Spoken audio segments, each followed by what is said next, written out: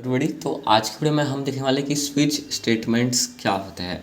Switch statements काफ़ी common है, आपने पाइथन में भी देखी होगी और आपने सीखा होगा तो। एंड स्विच स्टेटमेंट्स बेसिकली आप समझ सकते हैं कि जो हमने इफ़ में किया था हम उसका एक तरीके से यूज़ स्विच में भी उठा सकते हैं। जैसे कि हम स्विच इफ़ में चेक करते थे कि इफ़ अगर हमने चेक किया value is equals to 5 then print this, तो उस चीज़ का हम यूज़ स्विच की मदद से भी कर सकते हैं एंड ये बहुत ईजी होता है। तो सबसे पहले हम इसे वॉइड मेन में करेंगे। मैंने इसे कमेंट आउट किया क्योंकि वरना मुझे यहाँ पे एरर आ जाएगा। तो सबसे पहले हमें इसे वॉइड मेन में ही करना है हर चीज़ को। इसका सिंटैक्स मैं पहले आपको बताता हूँ। पहले आपको लिखना है स्विच एंड फिर आपको पैरेंथेसिस देनी है एंड जो भी वेरिएबल को आप चेक करना चाहते हो, हम आगे देखेंगे, जो भी वेरिएबल को आप चेक करना चाहते हो उसको आप इस पैरेंथेसिस के अंदर बस उसका नाम लिख दीजिए और कुछ नहीं, सिर्फ नाम लिखना है। एंड फिर आपको देनी है करली ब्रैकेट्स एंड इसके अंदर हम सब लिखने वाले हैं करली ब्रैकेट्स। सबसे पहले आपको लिखना है केस एंड केस के बाद में आपको लिखना है वो वैल्यू 1। अगर समझे मैंने कोई वेरिएबल बनाया है ABC एंड उसकी वैल्यू मैंने दे दी 10। अगर मैं चेक करना चाहता हूँ कि केस अगर मैं लिख दूँ 5, यानी कि अगर उसकी वैल्यू अगर 5 होती है तो जो भी कोड मैंने यहाँ लिखा है वो एग्जीक्यूट होगा। मैं फिर से समझाता हूँ। आप केस के बाद एक वैल्यू लिख सकते हैं तो वो चेक करेगा कि केस के बाद जो आपने वैल्यू लिखी है क्या वो वैल्यू और वेरिएबल की वही वैल्यू है क्या, और अगर होती है सेम वैल्यू तो जो कोड हम यहाँ पे लिखेंगे केस के बाद वो एग्जीक्यूट हो जाएगा। उसी तरह अगर ये एग्जीक्यूट होता है तो आप जितने केस चाहते हैं, देखिए मैंने वैल्यू n तक दिया, value 1 value 2 value 3 value n, आप जितने केस डालना चाहते हैं आप डाल सकते हैं। कि अगर केस हम डालते हैं 2 कि अगर उसकी वैल्यू 2 है तो ये कोड एग्जीक्यूट हो, केस अगर उसकी वैल्यू 5 है तो ये कोड एग्जीक्यूट हो, केस अगर उसकी वैल्यू 100 है तो ये कोड एग्जीक्यूट हो। आप ऐसे कितने भी केस डाल सकते हैं।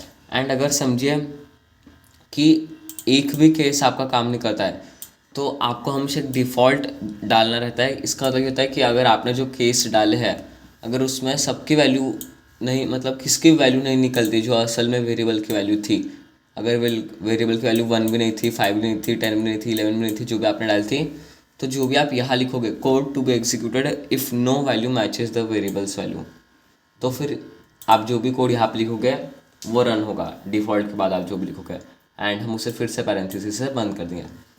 अब हम देखते हैं इसका एग्जांपल। ओके, तो समझिए मैं एक वेरिएबल बनाता हूँ var jersey number is equals to हम कर देते हैं 18 एंड अब हम बनाते हैं इसका स्विच। सबसे पहले हम इसे वॉइड मेन में डाल देते हैं।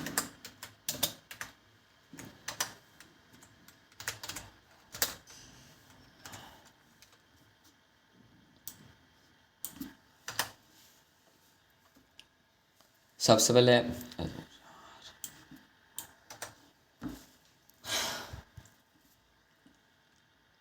अब हम इसका एग्जांपल देखते हैं। तो हम पहले लिख देंगे वॉइड मैन, हमें पूरा वॉइड मैन में करना होता है हमेशा डार्ट में, ज़्यादातर पार्ट आप आगे देखेंगे। वैर हम बनाते हैं जर्सी नंबर, ओके, एंड हम वो नंबर देते हैं 18 एंड हम बनाएंगे इसका स्विच केस। तो देखिए पहले आपको लिखना है स्विच,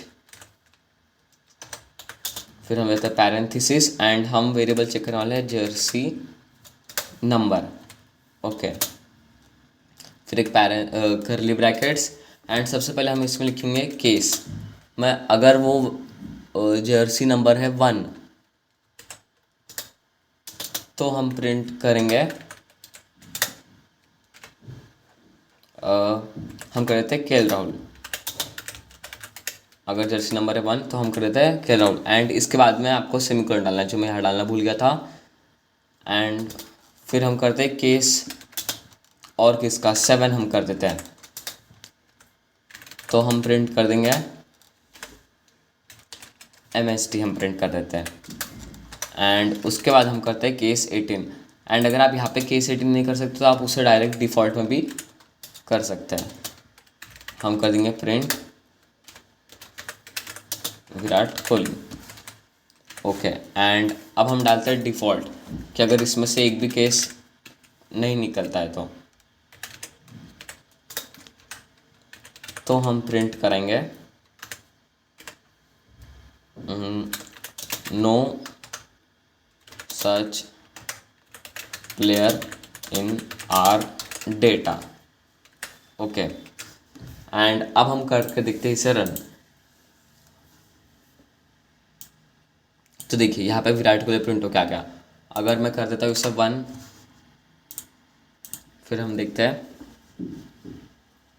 तो देखिए के राहुल लिख के आ गया।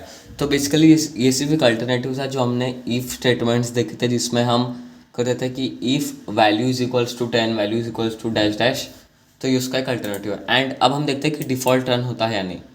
हम कर देते हैं 0 एंड देखते हैं डिफ़ॉल्ट होता है या नहीं। No such player in data.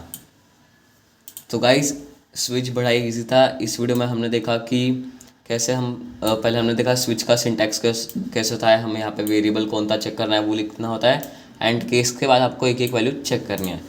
तो आज की वीडियो में इतना ही गाइस, थैंक यू।